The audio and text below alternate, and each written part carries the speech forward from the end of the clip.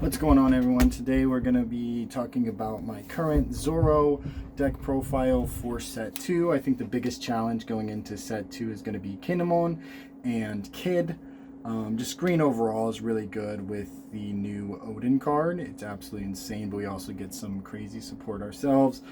We'll start with the 1-drops here. We've got Makino, she's 2k counter, and on this build I'm going for the playing low to the ground. We're playing a bunch of 1-drops, so overall she's really solid, giving them that boost, and she's great in the hand as well.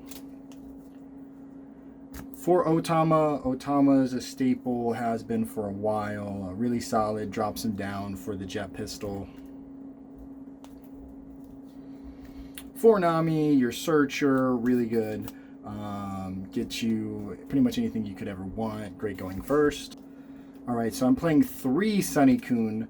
I opted not to play 4. We'll talk about that in a second, but this card is really solid. You can use it and get the extra 3,000 from Makino.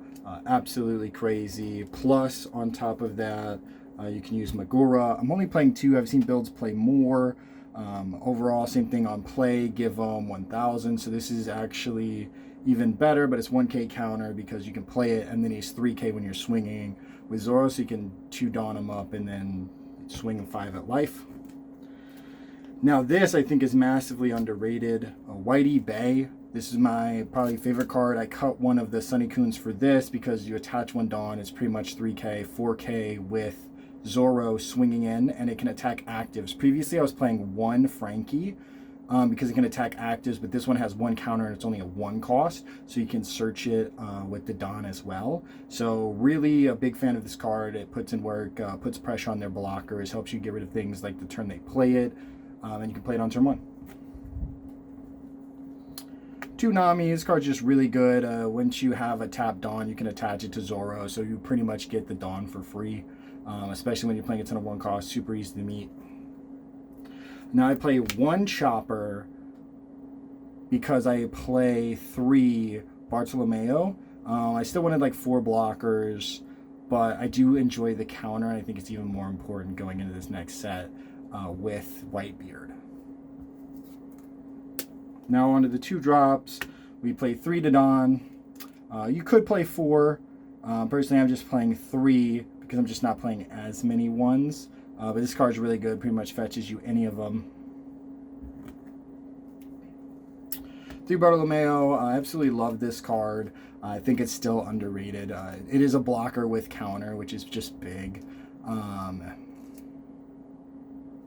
And anytime you pull it from the life, there's been so many instances where I've just gotten Chopper out of life, and I'm just very upset about it. Because I can't do anything, but if you get the bar, it works. Or if they swing 5, you can use it from your hand, and it's pretty much like how you would use a regular blocker to prevent life in the early game. Now onto the 3s. I play 3 Robin and then 4 Vista. So some people play the promo Gordon, which also puts down their power. I personally don't. I haven't tested it yet, but I do just love being able to, especially since green, they have the 1-drop blocker. If you have the Odin, these just help answer those. This is pretty much Robin on play, and then this one just puts in work, especially if people are playing Law still. And then we've got 3 5-drop Luffy. I'm not even playing Rush Zoro, but this card is really strong. It's a game finisher just because it's unblockable, and I think it's still super relevant in Zoro going into set 2. I also play 3 Edward Newgate, the 9-drop. I think this pretty much replaces Shanks. It does not have Rush, but it does put you up to 7,000, which makes it a lot harder for them to swing into you if they want to attempt to go for life. Super easy to counter out of, and then they have to commit a bunch of their Dawn and pretty much not gain any field advantage. Plus, when he swings, he destroys any 3k or less, so you really just get to take characters down and clear boards.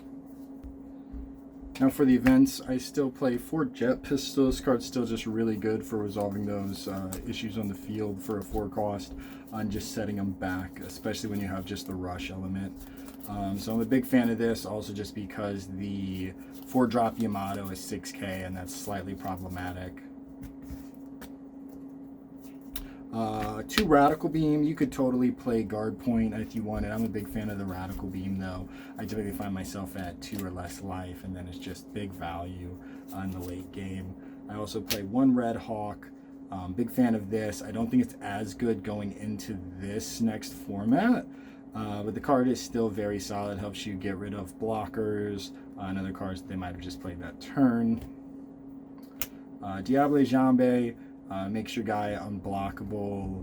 Again, super relevant when you're trying to take out like 8-drop Kid or other things like that. And then finally, Round Table. I absolutely love this card. I think it's super underrated. I was playing 2, but then I kept seeing it all the time. So I'm at 1. But you can pretty much, we play the 3 Robin, we play the 4 Vista. This card lets you drop anything down to 0, and then you can play Vista, pop it for 7. Or you can, if you have Robin already established, you can swing Robin, get rid of anything. Also pops the 9-drop. If you swing with him with 2 Dawn, you can pop anything. I think overall it's just really great in combination with everything for removal. And here's just the deck laid out for everybody if you want to screenshot it, just so it's all in one place. Thank you guys so much for watching. Let me know in the comments below what other decks you would like to see me make, and thanks for tuning in.